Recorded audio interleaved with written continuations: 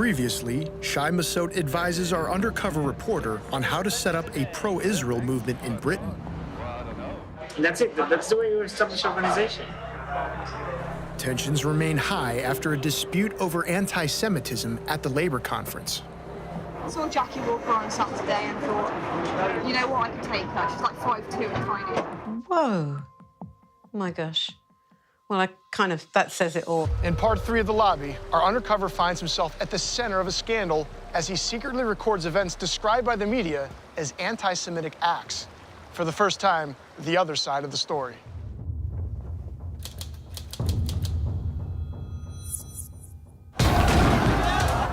Following decades of violence, a new challenge has emerged to Israel's occupation of Palestinian lands, called BDS. BDS is here to stay! That's the global movement to boycott, divest, and impose sanctions on Israel and expose it as an apartheid state. The Israeli government has responded with a campaign to rebrand the country's image. The reason we should fight BDS is because it's wrong. It's a moral outrage. It's an operation run by the secretive Ministry of Strategic Affairs. They recruit mainly former intelligence officers. Its main task is to counter BDS worldwide. Using an undercover reporter, Al Jazeera's investigative unit exposes Israel's clandestine activities in London, a city that's become a major battleground. BDS campaign in many ways germinated in Britain. You'll meet the people working to challenge BDS at every level of British politics. Israeli embassy. Ah, okay, nice to meet you. We work really closely together, but a lot of it's behind the scenes. One of Israel's main targets is the Labour Party. For the first time, its leader is a champion of Palestinian civil rights. They'd be very happy to see Jeremy Corbyn no longer leader of the Labour Party, for sure. It's a covert action that penetrates the heart of Britain's democracy. Can I give you some MPs that you suggest that you would take down? It is outrageous interference in British politics. It shouldn't be permitted. It's a battle of ideas seeking to change not only how Israel's portrayed, but even how it is debated. It's anti-Semitic. No, it's not. It's a trend.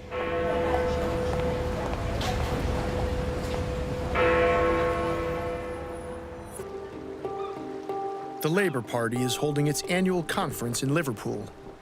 For the first time, the leader of a major British party is an outspoken critic of Israel. The Israeli embassy has sent its senior diplomats to canvass opinion. Our undercover reporter attends a private meeting of sympathetic labor activists.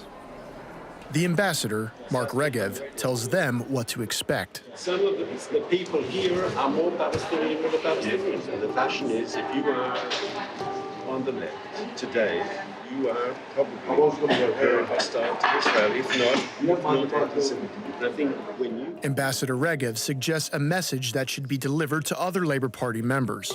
Why are people who consider themselves progressive in Britain supporting reactionaries like Hamas and Hezbollah? We've got to say, in the language, I think, of social democracy, these people are misogynistic, they are homophobic, right? They are racist, they are anti-Semitic, they are reactionary. I think that's what we need to say. It's an important message. Jeremy Newmark, the chairman of the Jewish labor movement, reveals how the message worked with a close ally of Jeremy Corbyn. To get Clive Lewis as one of Corbyn's key lieutenants onto an openly Zionist JLM platform took a lot of heavy lifting. Clive Lewis, MP for Norwich South. Look, it's a real pleasure to have been invited here tonight. I've known Jeremy for over 20 years, since my time working with the Jewish... Lewis's decision to condemn anti-Semitism at a JLM event was viewed as a tactical victory for the faction inside Labour that opposes Jeremy Corbyn. Corbyn is the party's first openly pro-Palestinian leader. The faction that supports him is called Momentum. We already have actually intelligence that from the Momentum political directors meeting last night, they passed a vote of censure in Clive Lewis just for coming to our meeting in Sweden. At the time, Jackie Walker was Momentum's vice chair. She believes that reports of a crisis of anti-Semitism were a consequence of the same ruthless party infighting. Some of us would say it was mostly a constructed crisis for political ends.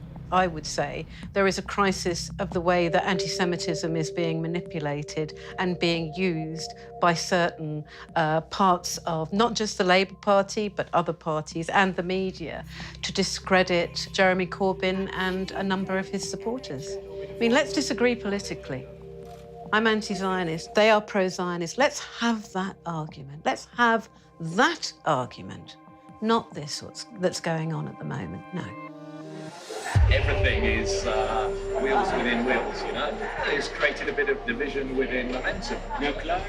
The day before, I had a debate with Jeremy Newmark. At one point, he turned his back on the audience and whispered to me, "You're a court Jew."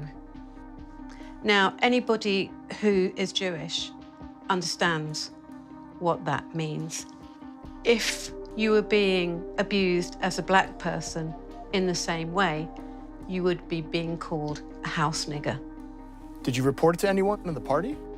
I told my partner and I told some friends that had happened. It's very hard to use a system which is so discredited, which the compliance unit is.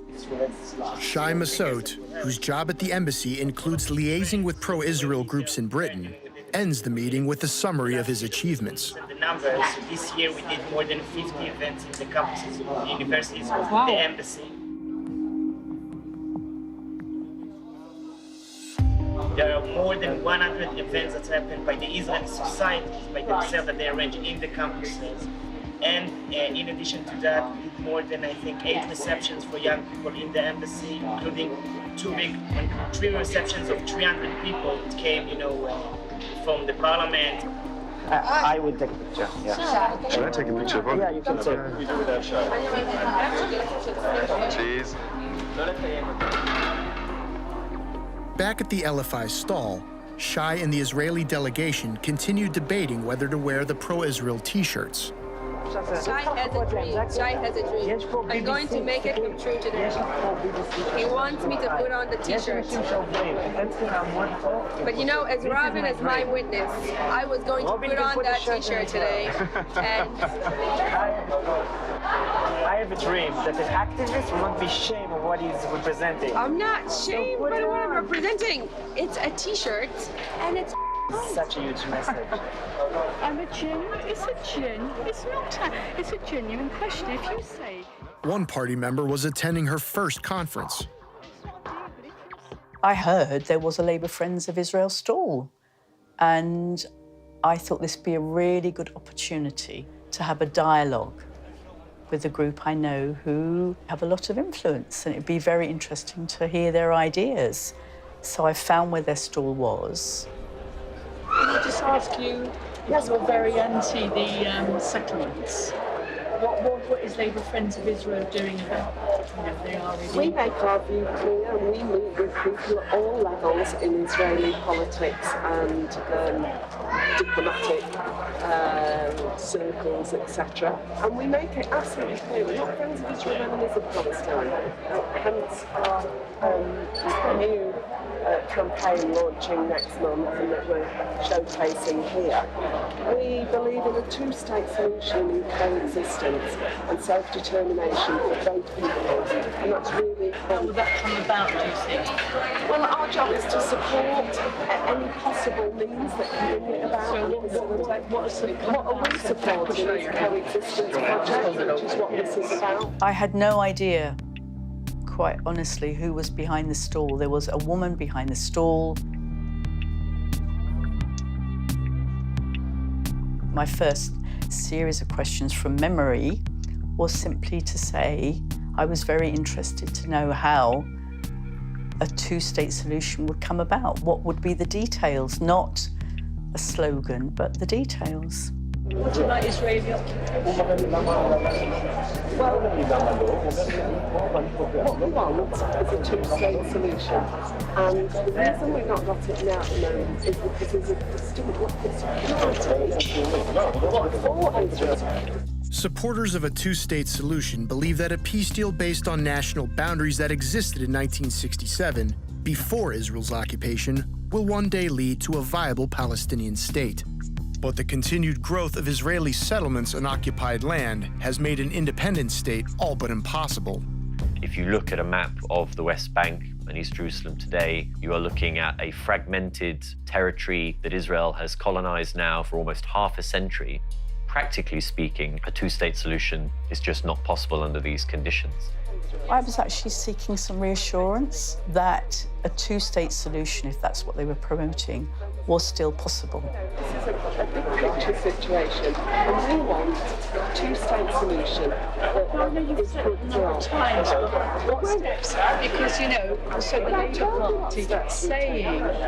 I'm not going to defend or criticise it. You seem as if you are defending Israel. I would defend Israel. I'd defend Israel's right to exist. I'd defend Israel as a democracy and a social sense. We don't suffer. I think we have to be very, very careful not to let our feelings about this morph. So no feelings come into anti-Zionism. I'm not being anti-Zionist. We have to be very careful, don't we all want a two-state solution based on coexistence and peace? I said time and again, I'm here to talk about the two-state solution which you are promoting. And this is what I'd like to learn about. It's clear that the Israeli state, no matter which party is in power, has got absolutely no desire or inclination to relinquish the territories occupied after 1967.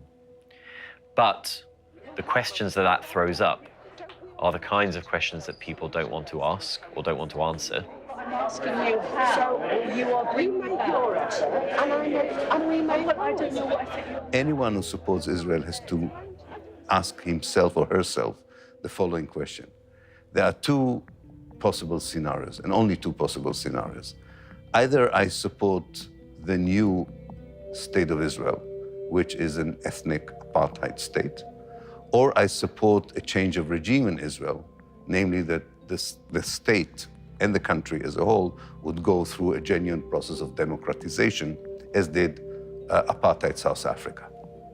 There is no third option. Thank you, Jean. I think the conversation I'm asking you about settlements. They've totally atomised the whole of the West Bank. I'm asking you, I'm really genuinely interested, how is two-state solution, how can it come about if the whole of the West Bank is atomised? So, but in practical terms, that's what you're doing. But I'm asking, in terms of the West Bank is atomised, where will the state be? I mean, that's a genuine question. Where will the state be? The activist who came to ask her tough questions about the settlements, actually, that was her main point. She didn't ask her about Judaism or the existence of Israel. She just wanted a straight answer. How does anyone who supports Israel justify the settlements? We go over there, we witness, but nothing changes. I was quite interested in whatever funds they had and influence they had, how would this bring about a two-state solution? That was my very basic question. You've got a lot of money, you've got a lot of prestige in the world. I don't know where you get that from. Sorry? Labour friends to Israel got a lot of money. Well, I think so. I hear that it's a stepping stone to good jobs. A friend of mine's son's got a really good job at Oxford University on the basis of having worked for Labour Friends of Israel. If you just believe rumours, then it's not a rumour, it's a fact. It's anti-Semitic. No, it's not anti-Semitic. It's a trend. It's about conspiracy theories. It's not. Sorry, it is. It's not. Anyway, that's my view, and I think we have to agree to differ. No, I don't think we do have to agree to differ. I'm agreeing to differ. I'm ending the conversation because I am not really wishing to engage in a conversation that talks about get involved with this and then you get a good job in Oxford or the city or that is anti-Semitic. Sorry. But do you think that... Joan Ryan falsely claimed that Jean referred to jobs in the city, London's financial centre. And it comes very clearly in the discussions that you have filmed that the woman was not anti-Semitic. They know it. She didn't talk like an anti-Semitic person. She was a typical pro-Palestinian person who was worried about the violations of the Palestinian human and civil rights. Ryan continued to reference banking, a traditional anti-Semitic trope, as she left the conference hall with our undercover reporter. But Jean had never mentioned it. I'm anti-Semitic. You heard her say, go, join you lot and you get into Oxford or you get into work in the bank. Or... Anti-Semitic. At no point did I ever say that Labour Friends of Israel will get people jobs in banking in the city. I did say, which is absolutely true, that I know the son of a friend of mine who he believed himself that having some connection with Labour Friends of Israel didn't harm his career at all. That evening, at a rally to combat anti-Semitism organized by the Jewish labor movement, Joan Ryan described her day at the stall. But we have also had 3 incidents of anti-Semitic harassment on our stand to the people who are staffing that stall today. And that, I think, tells you something about why we need to be having this Against Anti-Semitism rally. By the following day, word had spread about Jean's exchange at the LFI stall.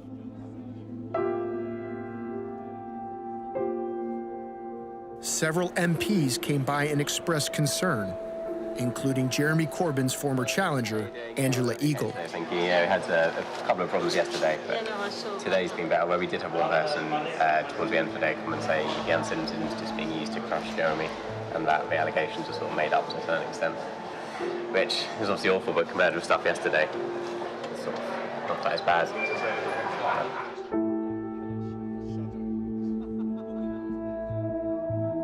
Some of that sort of stuff is now becoming normalised. Sort of less shocked about that than I was about that happened yesterday. I know about it. How are you anyway? You okay? I'm absolutely loving it. As well as Jean's case, other alleged incidents of anti-Semitism involve the attempt to replace the Labour leader, Jeremy Corbyn. Another prominent Corbyn opponent arrives at the stall and hugs Jennifer Gerber, the director of the LFI. Labour MP Shuka Umana asks for an update on the anti-Semitic incidents. What exactly happened? Oh, God, yeah. Actually, one data came up and basically said the coup was run by Jews, Jewish MPs and Jewish millionaires. And Andrew Eagle's husband is Jewish. No, you can make it up with you. We reported it. And so that was incident 1. What were the other 2? Joan, Joan dealt with the other instance. Right. The other instance yesterday. I reported that incident, that woman. She took a video of me then. Joan Ryan, Labour Friends of Israel, I'm not sure walking away while answering questions. Sorry. They didn't show any of the bits where I said, you're being anti-Semitic, don't you? That's obviously come to an end.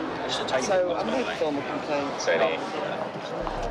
I am very shocked about the way she described my words to other people. I feel very anxious and that she should be misinterpreting me totally to other people. I find that very, very worrying. But I mean, I wrote down, all this what she was saying about the being rich and powerful, the one who went to Oxford, and the next minute he's got a big job in banking, and I said that, classic anti-Semitic. I have no idea how she got from A to Z, going from my comment, which was what it was, to then saying he got a big job in banking. Maybe she believes her own trope, if that's the word they use. We had a woman saying, no, I've never seen anti-Semitism. My Jewish friends have. We said, well, it is real. Is it real? Is it really real? It's just being used to crush Corbyn. And I said, there's a bit, as a Jew, would you say that to any other, I've experienced homophobia, but I don't deny it. But anyway, it's only a few, I guess. That's the way it's out of. people have been positive. We signed up lots of people. Yeah, do you know what? Most people have been positive and nice. It's kind of like solidarity. People are coming up like solidarity. Solidarity, guys. Are you okay? How's your day? It's disgraceful. We'll prevail. Yes. We'll prevail in the end. I like that. Definitely. It's in a way pathetic, but it's also worrying how such a pathetic evidence can, and we know, can be used to intimidate Jeremy Corbyn into establishing an inquiry commission, in making daily confessions that he's not anti-Semitic, and so on. That is, I think, going to be the defining narrative, actually, now, which is anti-Semitism. And do you know what? That denies, what I found, I said to her, you heard me a couple of times saying, I find that upsetting that as a Jew, you're telling me, and she didn't give up. Yes. Yeah. I think it's, if an anti-Semite comes up, if somebody says to me, Jews, they're all big noses and control the world. I'm like, wow, but you're an anti-Semite, that's terrible. Someone like her worries me more, because is she an anti-Semite? I don't know. But she basically denies the fact that it exists. She just thinks it's made up. And the group discusses which act of alleged anti-Semitism was worse. Rubin believes that Jean's discussion with Joan Ryan was amongst the most serious. I know. It's just the stuff yesterday was like explicit anti-Semitism. Difficult Moments woman who told us that anti-Semitism, is being concocted to crush Corbyn. That is what she said. And I think people, if we're not getting it out there. Yeah. But is that anti-Semitic, guys? I don't know, That's the I don't know where my line is anymore. I think it's different to yesterday. I think if it makes you feel uncomfortable, I think that's the point at which you call it out and report it. And that's why Joan convinced me to report the one yesterday, because I was made to feel uncomfortable. Yeah. And although nothing anti-Semitic was said, I'm sure there were undertones of it, and it was brought upon by that context. I thought Labour Friends of Israel were talking about Palestine because they were promoting a two-state solution. Now I find they don't want to talk about Palestine. And if you do talk about Palestine, it would appear you're kind of sucked into having an accusation of anti-Semitism brought against you.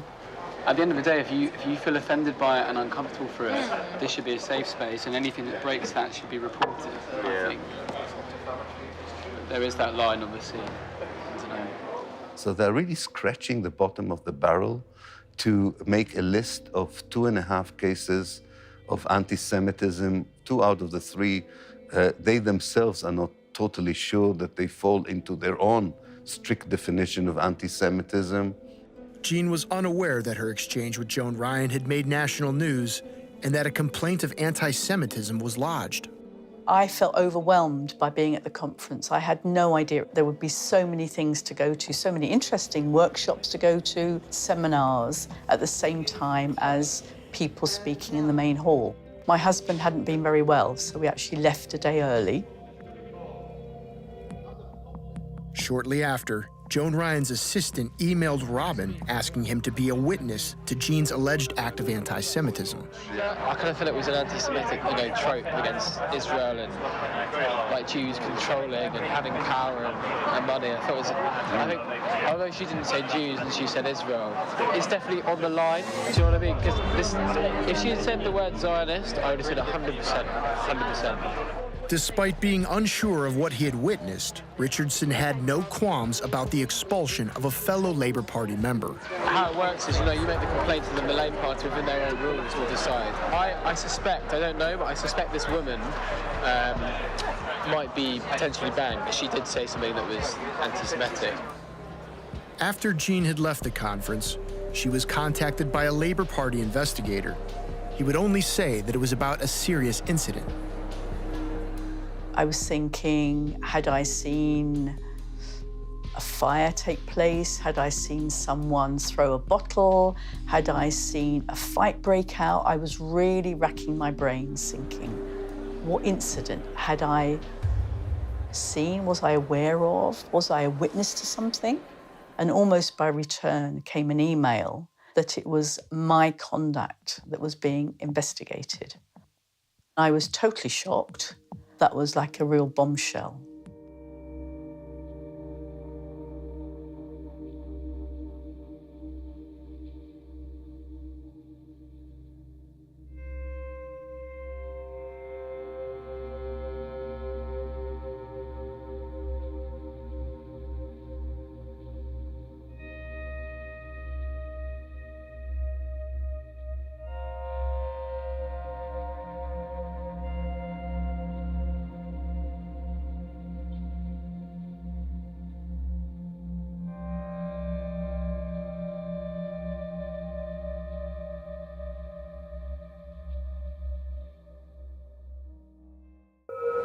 In part 4, the senior political officer at the Israeli embassy wants a private word with our undercover reporter. I wanted to speak with you. We have to do it actually over a coffee, but yeah, just let's do it on the way to the event. Okay, whatever you feel like. There seems to be a problem. I can give you an idea, but you need to approach them independently. Do you understand? And when does lobbying become espionage? Can I give you some MPs that you suggest you will take down? Well, you know, if you look hard enough, I'm sure that there is something that they're trying to hide. It strikes me that this is the sort of job which the intelligence services should do, to have a good look at what's going on.